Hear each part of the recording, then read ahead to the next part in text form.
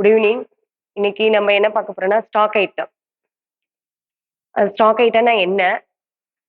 எப்படி அதுக்கு வந்து ஒரு பிஎல் நம்பர் ஒவ்வொரு கிட்டத்தட்ட ஒரு 1000 ஐட்டம் இருக்கும். எல்லா ஐட்டத்துக்கும் ஐட்டமா வச்சிருந்தா, டிஸ்கிரிப்ஷனா வச்சிருந்தா லென்த்தியா இருக்கும். நம்மளுக்கு ஈஸியஸ்ட் வே இருக்காது. அதனால ஒவ்வொரு ஐட்டத்துக்கும் ஒரு நம்பர், ஒரு பேருன்னு சொல்லிக்கலாம். ஒரு பிஎல் நம்பர் குடுத்துருக்காங்க. அந்த ஒவ்வொரு பிஎல் நம்பரும் 8 டிஜிட் இருக்கும். இப்ப ஸ்டாக் ஐட்டம் எப்படி பிரிக்கிறாங்கன்னா, எத வந்து ஸ்டாக் ஐட்டம் நம்ம சொல்ல வரோம்?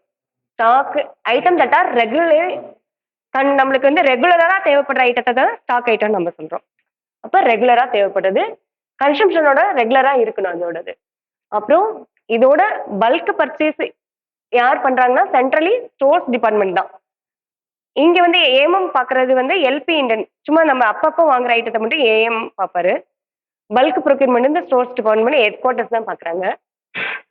நம்மளோட டெப்போ வந்து 22 டெப்போ ஏஎல்எஸ்டிடி. ஒவ்வொரு டெப்போக்கும் ஒரு name 22 depot. All stock item used in railway how price list. இந்த பிஎல் நம்பரை தான் பிரைஸ் லிஸ்ட் நம்பர் இல்லைன்னா பிரைஸ் லெட்ஜர் நம்பர்னு சொல்றாங்க. ஒவ்வொரு பிஎல் நம்பருக்கும் ஒரு 8 டிஜிட் நம்பர் இருக்கும். இந்த இந்த 8 டிஜிட் நம்பர் எல்லா ரயில்வேக்கும் அப்ளிகபிள் ஆகும். யூனிஃபைடு நம்பர்னு சொல்லுவாங்க. இப்ப நம்மளுக்கு இங்க ஒரு யூனிஃபைடு நம்பர்னா நார்தர்ன் ரயில்வேலயும் அதே தான் இருக்கும். எஸ்சிஆர்லயும் ஒரு இந்த பிஎல் நம்பர் சொன்னா அதே பிஎல் நம்பர் தான். அந்த ஐட்டம் தான் வரும். இந்த பிஎல் நம்பர் சொன்னா அந்த ஐட்டம் தான் வரும், மாறாது. எல்லாத்துக்குமே ஒரே நம்பர் தான், யூனிக் நம்பர். இப்ப டெப்போஸ் அண்ட் கோடு. நம்மளுடைய டெப்போ வந்து மொத்தம் 23 டெப்போ இருக்கு. அதுல வந்து நம்ம டெப்போ வந்து கோடு வந்து 22. Stock procurement procedure. Railway need thousands of item இருக்கும். அதுக்காக ஒரு ப்ரொசீஜர் வந்து அடாப்ட் பண்ணிக்கிறாங்க. Standard classification of stores demand. Each item is identify 8 digit code structure on the Indian Railway view of comparison. PL code should be correctly quoted in demand in order to avoid delays. Standard code classifications. இப்ப first digit வந்து 2 digit வரும். First digit வந்து major group சொல்றோம். Second 2 digit வந்து sub group. இது வந்து serial number. Last digit வந்து check code. First 2 digit சொல்லியாச்சா, மேஜர் குரூப், சப் குரூப், இதோட அந்த ஐட்டத்தோட சீரியல் நம்பர், லாஸ்ட் வந்து செக் டிஜிட். கீழவா இப்ப மெயின் குரூப்னு சொல்றோம் இல்லையா, ஃபர்ஸ்ட் 2 டிஜிட் சொல்றோம் இல்லையா, அந்த 2 டிஜிட் எதுக்குள்ள இருக்குன்னா, இப்ப 0 to 9னா ஸ்டீம் லோகோமோட்டிவ். கரெக்டா சொல்லிடலாம். அந்த ஃபர்ஸ்ட் டிஜிட் வந்து இந்த நம்பருக்குள்ள இருந்துச்சுன்னா இது ஸ்டீம் லோகோக்குரிய மெட்டீரியல் ஐட்டம் சொல்றாங்க. 10 to 19னா டீசல் லோகோமோட்டிவ். இப்ப நம்மளுக்கு பாத்தீங்கன்னா மோரர்லெஸ் 20 to 29 எல்லா பிஎல் கோடும் நம்மளுக்கு எதுல இருக்கும், 20ல இருந்து 29ல தான் இருக்கும். மாறவே மாறாது. ஒன்னு 23 இருக்கும், இல்லைன்னா 25 இருக்கும், இல்லைன்னா 29 இருக்கும். இது சேஞ்சே ஆகாது. அப்ப 20 to 29 இருந்துச்சுன்னா அது electric loco parts and fittings. 30 to 39 carriage, wagon, EM, rail car parts and fittings அதோட item. 40 to 49 electric stores. 50 to 59 signal and telecommunication, அவங்களுக்குலாம் இந்த இருக்கும். 60 to 69 engineering plan machinery. 70 to 99 general stores. General ஸ்டோர்ஸ்னா எது வரும்னா, நம்ம டங்கரி கிளாத், கன்சூமபிள் ஐட்டம்லாம் வரும் இல்லையா, ஆயில், காட்டன் வேஸ்ட், இதெல்லாம் பாத்தீங்கன்னா கன்சூமபிள் ஐட்டம் எல்லாமே இந்த ஜெனரல் ஸ்டோர்ஸ் கீழே தான், அடியில தான் நம்மளுக்கு வரும். 70 to 99. இப்ப ஃபார் எக்ஸாம்பிள் பிஎல் நம்பர் 79, அப்ப ஜெனரல் ஸ்டோர் 70 to 99 இருக்கிறனால இது 70 ஜெனரல் ஸ்டோர் ஐட்டம். 03 சப்கோடு, 078 வந்து அதோட சீரியல் நம்பர், 6 வந்து அதோட செக் டிஜிட்னு சொல்லுவாங்க. இப்ப ஆக்சுவலா வந்து இது வந்து கிளாத். இப்ப 79ன்றது மெயின் குரூப்ல வந்து 79 என்னென்ன அர்த்தம்னா அது ஒரு கிளாத். அப்ப 79 போட்டிருக்காங்களா. அந்த கிளாத் என்ன கிளாத் நிறைய இருக்கும். காட்டன் இருக்கும், உள்ளன் இருக்கும், டைப் ஆஃப் இருக்கும். அப்ப அதோட சப் குரூப் வந்து 3. அப்ப இது உள்ளன் கிளாத்னு வந்துருச்சு நம்மளுக்கு. அதுக்கப்புறம் 5th 6th 7th வந்து அதோட சீரியல் நம்பர், ஒரு சீரியல் நம்பர் கொடுத்துக்கிறாங்க, அது அவங்களே கொடுத்துருங்க. இப்ப லாஸ்ட் டிஜிட் வந்து செக் டிஜிட்னு கொடுக்குறாங்க. இந்த 6 வந்து எப்படி அரைவ் பண்றாங்கன்னா, எப்படி அரைவ் பண்ணுனா பிஎல் நம்பரை தலைகீழா எழுதிக்கணும். நம்ம 79030378 இப்படி தலைகீழா எழுதிக்கணும். எழுதிக்கிட்டு இது எல்லாத்தையும் மல்டிப்ளை பண்ணும். 2 3 4 5 6 7 இந்த ஆர்டர்ல மல்டிப்ளை பண்ணிட்டா இதோட ஆடிங் வந்து 171 வருது. இதுக்கு இது டிவைடட் பை 11 எப்பயுமே 11 தான் நம்ம வந்து டிவைட் பண்ணணும். இதோட ரிமைனிங் என்ன வருது? 6. இந்த 6 தான் இங்க போட்டிருக்காங்க. எல்லா பிஎல் நம்பருக்கு வச்சாலும் நீங்க ஏதோ ஒரு பிஎல் நம்பர் வச்சு பாருங்க. கரெக்டா இதோட ரிமைனிங் வந்து இங்க வரும். ரிமைண்டர் நீங்க வந்து செக் பண்ணிக்கலாம். அதுதான் அது எதுக்காக கொண்டு வராங்கன்னா இந்த இப்படி போடுறதுனால இந்த பிஎல் ஐட்டம் வந்து வேற ஐட்டத்துக்கு வந்து நம்ம வேற நம்பர் வராது. ஒரு ஐட்டத்துக்கு எல்லாமே டிஃப்ரெண்ட் நம்பரா தான் கொண்டு வர முடியும். இப்ப நாமளே ஒரு நம்ம இஷ்டத்துக்கு போட முடியாது. 1 போடலாம், 2 போடலாம், 3 போடலாம்னா அப்படி போடக்கூடாது. ஏன்னா ஒரே ஐட்டத்துக்கு 2 பிஎல் நம்பர் அசைன் ஆயிரும். அது மாதிரி பண்ண முடியாது. ஏற்கனவே ஒரு நம்பர் இருக்கும். ஒரு ஐட்டத்துக்கு ஒரு பிஎல் நம்பர் இருக்கும். இப்போ வேற ஒரு ஐட்டம் வருதுன்னா அது நம்ம இஷ்டத்துக்கு நம்ம போட்டோம்னா அதே பிஎல் நம்பர் அந்த ஐட்டத்துக்கு வந்துடும். அதுக்காக தான் இந்த செக் கோடுன்னு சொல்லிட்டு இப்படி வைக்கிறேன். இந்த மாதிரி பண்ணும்போது அந்த ரிப்பீட்டேஷன் இருக்காதுன்றாங்க. 2 பிஎல் நம்பருக்கு டிஃப்ரெண்ட் ஐட்டம். அதாவது தலைகீழ போட்டுட்டு அந்த மல்டிப்ளிகேஷன் பண்ணிட்டு 11ஆல டிவைட் பண்ணோம்னா அந்த ரிமைண்டர் வராதுதான் இங்க ஏதோ நீங்க ஃபார் எக்ஸாம்பிள் நீங்களே பண்ணி பார்க்கலாம். ஒரு பிஎல் நம்பரை எடுத்துட்டு இந்த ப்ரொசீஜர்ல பண்ணீங்கன்னா இப்படிதான் வரும். Advantage of codifications. Correct identification of items, avoid writing long description. PL number வச்சிருக்கனால என்னென்ன யூஸ்ன்னு சொல்லிட்டு வராங்க. Easy exchange possibility, centralised procurement made easy. ஒரு பிஎல் நம்பர் இருந்தால் எல்லாத்துக்குமே ஒரே பிஎல் நம்பர் இருந்தால் ப்ரொக்யூர்மெண்ட் ஈஸியாக பண்ணிக்கலாம். அது சொல்ல வராங்க. இப்போ பார்த்தீங்கன்னா இப்போ white exterior paint, cotton waste, dungaree cloth, industrial disposal waste mask, இதெல்லாம் பார்த்தீங்கன்னா 77, 79 இதுக்குள்ள தான் வரும் நம்மளுக்கு. அதான் ஜென்ரல் ஸ்டோர்ஸ் கீழே வரும். லோக்கோ ஐட்டத்துக்குலாம் பார்த்தீங்கன்னா எலக்ட்ரிக் லோக்கோமோட்டிவ்ஸ்னா 22, 29 இல்லையா? இதுக்கு பார்த்தீங்கன்னா 29, இதுக்கு 25. 25 வந்து AC locomotive, 29 3 phase loco. General items எல்லாம் 70ல வந்துடும். 70 to 99. Paint item, dungaree cloth, rack வந்து 98. நாங்க போட்டது 98ல போடுவோம். அந்த ஃபர்ஸ்ட் அதுக்கும் ஒரு பிஎல் நம்பர் இருக்கு. யூடிஎம்ல போனோம்னா ஒவ்வொரு ஐட்டத்துக்கும் ஒரு பிஎல் நம்பர் இருக்கும். அதை பேஸ் பண்ணி நம்ம வந்து அதோட ஹிஸ்டரியை வந்து நம்ம பார்க்கலாம். 3 இயர்ஸ்க்கு முன்னாடி எவ்வளோ நம்ம கன்சப்ஷன் பண்ணோம், அதோட ஏஎஸ் எவ்வளோ ஸ்டாக் இருக்கு, பிஓ இருக்கா இல்லையா, பிஓ எவ்வளோ ஆயிருக்கு, அந்த டீட்டெயில்ஸ் ஃபுல்லாகவே வந்து நம்மளுக்கு வந்துடும். ஃபர்ஸ்ட் இது பிஎல் நம்பர். எஸ்ஆர்எஸ், எஸ்ஆர்எஸ்னா ஸ்டாக் ரெக்ரூட்மெண்ட் ஸ்ட்ரீட். எஸ்ஆர்எஸ் 11 சொன்னாங்கன்னா அதோட ப்ரொக்யூர்மெண்ட் எப்போ ஸ்டார்ட் பண்ணுவாங்கன்னா 11th month, that is November month தான் ஸ்டார்ட் பண்ணுவாங்க. இப்போ 1000 ஐட்டம் இருக்குன்னா 1000 ஐட்டத்தையும் நம்ம வந்து இப்போ எடுத்தோடனே ஜனவரி மாசமே நம்ம வந்து டெண்டர் எல்லாத்துக்கும் போட முடியாது. அப்போ பார்ட்டாக பிரிச்சுட்டாங்க அவங்க. 12 மந்த்துக்குள்ள ஒரு 100 ஐட்டம் ஜனவரி மந்த்து, அடுத்த 100 வந்து பிப்ரவரி மந்த்து அப்படின்னு சொல்லிட்டு 1 இயர் கவர் ஆகிற மாதிரி அவங்க வந்து டெண்டர் விடுவாங்க குவான்டிட்டி. இப்போ இந்த ஐட்டத்துக்கு பார்த்தீங்கன்னா வைப்பர் பிளேடுக்கு எப்போ ஃபிக்ஸ் பண்ணியிருக்காங்கன்னா 11th மந்த் எஸ்ஆர்எஸ். அப்போ நம்ம 11th மந்த் எஸ்ஆர்எஸ்னா நம்மளுக்கு வந்து ஜஸ்டிஃபிகேஷன் குவான்டிட்டி வந்து எப்போ கேட்பாங்கன்னா 9th மந்த் பிஃபோர் 2 மந்த்துக்கு முன்னாடியே கேட்டுருவாங்க. அப்போ 9th மந்த் வந்து நம்மள்ட்ட கேட்பாங்க ஜஸ்டிஃபிகேஷன், உங்களுடைய குவான்டிட்டி எவ்வளோ. 9th மந்த் நம்ம வந்து நம்மளுடைய குவான்டிட்டி ரெக்வயர் குவான்டிட்டி எவ்வளோன்னு சொல்லிட்டு நம்ம கொடுக்கணும். அதுக்கு ஒரு ஜஸ்டிஃபிகேஷன் வச்சு கொடுக்கணும். சப்போஸ் நீங்க மீன் டைம் நீங்க வந்து இன்க்ரீஸ் பண்றேன்னு சொன்னீங்கன்னு வச்சுக்கோங்க, அப்போ வந்து அந்த கால்குலேஷன் வந்து அந்த மந்த்துக்கு நான் கொடுத்துக்குவேன். அதோட கான்ட்ராக்ட் பீரியட் வந்து அதுக்கு முன்னாடி மாசம். இந்த 10th மந்த்ல உங்களுடைய நம்மளுடைய குவான்டிட்டி எல்லாமே அரே பண்ணிடுவாங்க. அரக்கோணம் ஆகட்டும், ராயபுரம் ஆகட்டும், நம்மளுடைய குவான்டிட்டி எல்லாமே கிளப் பண்ணி குவான்டிட்டி அரே பண்ணி வச்சுக்கோங்க. 11th மந்த் நம்ம என்ன குவான்டிட்டி வருதோ அந்த குவான்டிட்டிக்கு 11th மந்த் தான் டெண்டர் வந்து ஃப்ளோட் பண்ணுவாங்க. வைட்டல் ஐட்டம்னா வைட்டல் இங்க சேஃப்டின்னு இருக்கும்.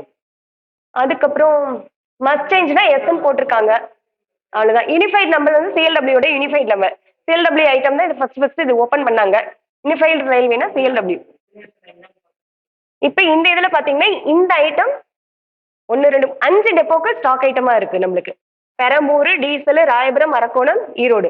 நம்ம ஈரோடு வந்து 22 டிப்போ. அப்போ இந்த இடத்துல தான் பார்க்கணும். ஃபர்ஸ்ட் வந்து 22 இதோட 4 இயர்ஸ் கரண்ட் இயரோட கன்சப்ஷன் பிளஸ் ப்ரீவியஸ் இயர் கன்சப்ஷனும் இது இருக்கும். லாஸ்ட் 3 இயர்ஸ் 22, 23 எவ்வளோ நம்ம கன்சப்ஷன் பண்ணியிருக்கோம். 250, 521, 400. இப்போ ஆஸ் ஆன் டேட் வரைக்கும் 118ன்னு இருக்கு. நம்மளுடைய ஏஏசி நாம கொடுத்துருப்போம் இல்லையா 25-26க்கு வந்து 400 கொடுத்துருக்கோம் நம்ம. இதோட ஸ்டாக் எவ்வளவு வந்து 50. இந்த 1.5னா இது இந்த ஸ்டாக் வந்து எவ்வளவு நாளைக்கு நம்மள்ட்ட வரும்? 1.5 மாசத்துக்கு தான் வரும். அதாவது ஏஏசி வந்து டிவைட் பை 12 போட்டீங்கன்னா ஒரு மாசத்துக்கு என்ன வருதோ பிளஸ் அடிஷனலா ஒரு ஹாஃப் மந்த், அப்போ 1.5. எல்ஐனா லாஸ்ட் ட்ரான் ரேட்டு, எல்ஆர்னா லாஸ்ட் ரெசிப்ட் டேட் 2024ல வந்திருக்கு. 6வது மாசம் டிராப் பண்ணியிருக்காங்க. இது வந்து பார் ரேட். அதாவது நம்ம கொடுக்குறோம் இல்லையா, ZBB நம்ம கொடுக்குறோம் இந்த தடவை. இப்ப 9th மந்த் வருதுன்னா வெட் பண்ணுவாங்க இல்லையா ஒரு குவாண்டிட்டி. இப்ப 6வது மாசம் ஒரு குவாண்டிட்டி நம்ம ZBB 6வது மாசம் 50ன்னு கொடுத்துருக்கோம். அது வெட் பண்றது இந்த இடத்துல வரும். இது எப்போ போகும்னா நெக்ஸ்ட் இயருக்கு தான் இது மேல வரும், ஏஏசியா வரும். இப்ப பாத்தீங்கன்னா இப்ப நம்ம கொடுத்துருப்போம் நவம்பர் மாசம் 24ல வெட் ஆயிருக்கு. எப்ப எஃபெக்ட் சார்? இது புதுசு எடுத்துக்கிறேங்க சார். போன இதுல பாத்தீங்களா 540 கீழே இருந்தது. இப்ப பாருங்க அது வந்து எப்ப அக்டோபர் 2024ல நம்ம கொடுத்தது. 24ல எப்படி கொடுத்துருப்போம்? 25-26 கொடுத்துருப்போம். இப்ப 25-26க்கு தான் இது வந்து வந்திருக்கு 540. அப்ப கீழே இருந்தது, இந்த வருஷத்துக்கு தான் வந்திருக்கு. இந்த இது இருக்கு இல்லையா 11th மந்த் எப்ப வெட்டா இருக்குன்னா 11th மந்த் இது நம்ம எப்ப கொடுத்துருப்போம்னா 2024-25க்கு கொடுத்துருப்போம். அக்டோபர் 25ல தான் எஃபெக்ட் ஃப்ரம் கொடுக்குறாங்க அவங்க. 24-25க்கு கொடுத்துருக்கோம். அப்படிதானேங்க சார்? இது 24-25க்கு கொடுத்துருக்கோம் நம்ம. அந்த 11வது மாசம் வெட் ஆகுது.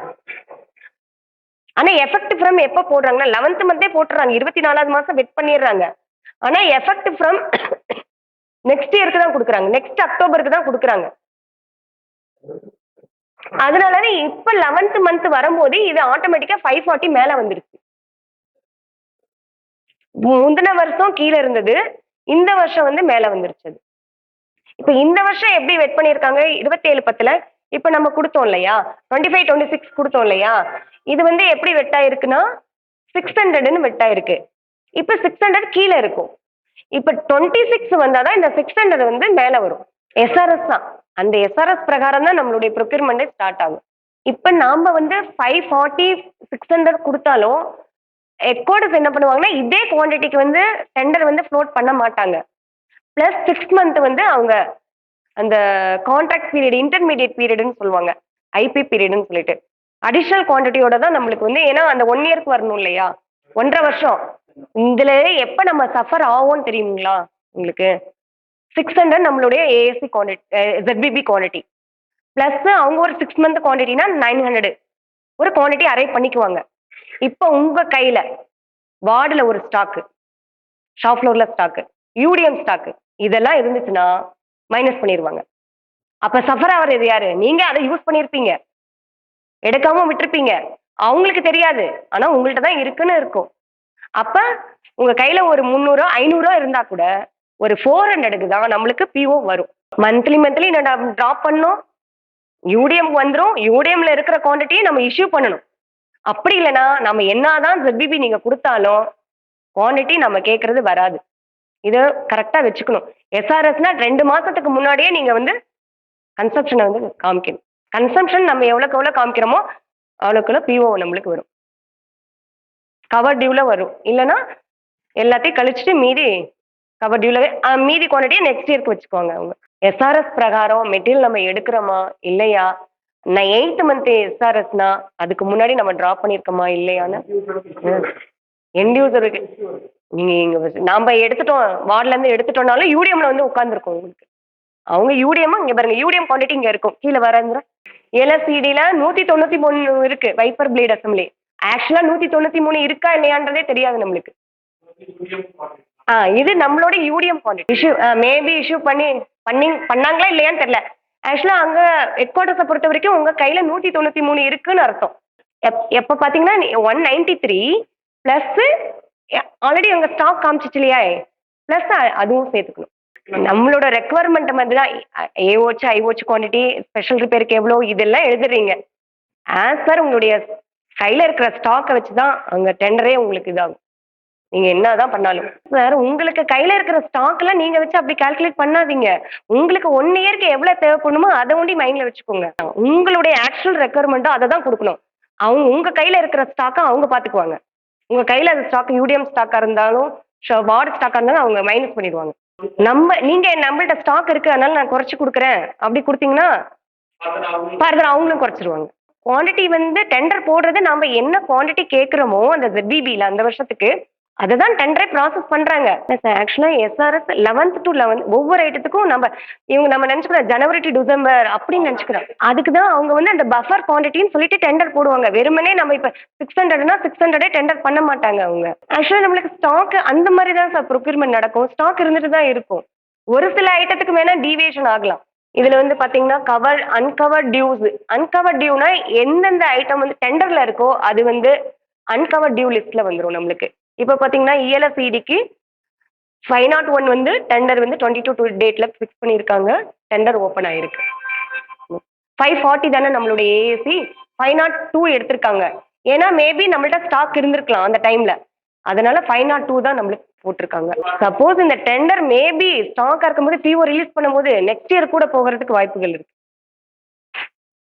ஃபினான்ஷியல் இயர் நம்ம இந்த வருஷம் தெரியாது. அது PO ஆனாதான் இந்த வருஷம் தராங்களா இல்ல இந்த வருஷத்துக்கு எவ்வளவு குவாண்டிட்டி தராங்க நெக்ஸ்ட் இயருக்கு அதுக்கும் நெக்ஸ்ட் இயருக்கு போக சான்சஸ் இருக்கு. ஏன்னா நிறைய இருக்கு இல்லையா ஸ்டாக் கையில 531 இருக்கும்போது மேபி நெக்ஸ்ட் இயருக்கு தான் 27 28க்கு தான் போகும். இது அன்கவர் டியூ லிஸ்ட்ல வரும். நோ கவர் டியூஸ் ஃபார் திஸ் ஐட்டம்னா எது எது நம்மளுக்கு PO ஆகி மெட்டீரியல் வராம இருக்கோ அந்த லிஸ்ட் வந்து கவர் டியூ லிஸ்ட்ல வரும். இதுக்கு கீழே இருக்கிறதெல்லாம் இவ்வளவு நாள் என்ன PO ஆச்சு நம்மளுக்கு மெட்டீரியல் வந்ததெல்லாம் அண்டர் அன்கவர் டியூ லிஸ்ட்ல வந்துடும். சப்போஸ் அதர் ரயில்வேல அந்த ஐட்டம் இருக்கு நம்மளுக்கு, இதை வச்சு கூட நீங்க பார்த்து தெரிஞ்சுக்கலாம். டெப்போ TRS விசாகப்பட்டினத்துல இருக்கு. நீங்க வேற அதர் ரயில்வேல நம்ம ஐட்டம் நம்ம விதின் சதர்ன் ரயில்வேக்குள்ள மட்டும் பார்த்துக்கு அதர் ரயில்வேலும் நம்ம தெரிஞ்சுக்கலாம் எவ்வளவு ஸ்டாக் இருக்கு. ஆக்சுவலா நம்ம ரெகுலரா 3 இயர்ஸ் ப்ரொக்யூர் பண்ற ஐட்டத்தை ஸ்டாக் பண்ணலாம் த்ரூ ஸ்டாக்கிங் அப்ளிகேஷன் மூலியமா. அதோட வேல்யூ வந்து எபோ 50,000 மேல இருக்கணும்னு சொல்றாங்க. 3 இயர்ஸ் ப்ரொக்யூர்மெண்ட் இருக்கணும். கண்டிப்பா ஒரு ஸ்பெசிஃபிகேஷன் இருக்கணும், இல்லைன்னா டிராயிங் இருக்கணும், CLW RDSO டிராயிங் ஏதாவது ஒன்று இருக்கணும். அதாவது கண்டினியூஸ் ரெகுலரா நம்மளுக்கு தேவைப்படணும்னு ஜஸ்டிஃபை பண்ணணும். இப்ப எந்தெந்த ஐட்டம் வந்து நம்மளுக்கு வந்து CLW வெண்டர் ஐடி இருக்கிறது எல்லாமே சேஃப்டி ஐட்டம் கீழே கொண்டு வந்துட்டாங்க. லேட்டஸ்டா ஒரு லெட்டர் நம்மளுக்கு வந்திருக்கு.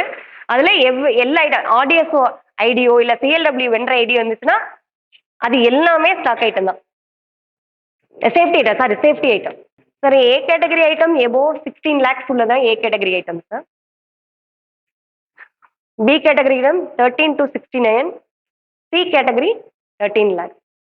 அந்த ABC எப்படி கொண்டு வராங்கன்றதுக்காக இப்ப சம் ஐட்டம் OEM தான் வாங்குவோம் இல்லைங்களா? அந்த மாதிரி ஐட்டத்தை தான் நம்ம அதோட பார்ட்ஸ் வந்து அவங்கள தவிர வேற யாரும் அந்த மெட்டீரியலை வந்து சூட்டபிள் ஆகாது. இப்போ ஒரு மேக் இருக்கும், அந்த மேக்குக்கு வந்து அதோட பார்ட்ஸ் வந்து அவனுடைய பார்ட்ஸ் தான் யூஸ் ஆகும். அப்ப சப்போஸ் மேதா FTIல இதெல்லாம் பார்த்தீங்கன்னா அவங்க வந்து OEM சொல்லுவோம் நம்ம இல்லையா? அப்ப அந்த மாதிரி ஐட்டத்துக்கு வந்து ப்ரொப்ரைட்டரி ஆர்டிக்கல் சர்டிஃபிகேட்னு சொல்லி நம்ம கொடுப்போம் PSC ஐட்டத்துக்கு மட்டும். ஏன்னா அவங்கள தவிர வேற யாரும் அந்த சப்ளை பண்ற ஐட்டம் சூட்டபிள் ஆகாது. அதுதான் PSC ஐட்டம்னு சொல்றாங்க. No other make brand will be suitable. இதை 3 பாயிண்ட் கொடுக்குறாங்க. இதை வந்து ஃபில் பண்ணணும். நார்மலா PSC சர்டிஃபிகேட்டுக்கு இது ரெண்டு மட்டும் தான் நம்ம அக்செப்ட் பண்ணுவோம். This is only firm who is manufacturing stocking of this item.